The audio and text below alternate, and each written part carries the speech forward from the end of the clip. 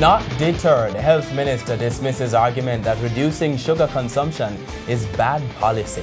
Good evening and welcome to Primetime News on air and online at onespotmedia.com. I'm Archibald Gordon. And I'm Doreen Samuels. Also this evening, charged hotel worker accused of raping 2 American tourists to face the court. Religion to be blamed. Expert says Christianity the cause of spousal abuse. Stop verifying them. Police officer accuses JPs of signing documents for detainees they don't know. Making progress. Workers in Czech resolved some issues which led to strike on Mandela Highway Improvement Project.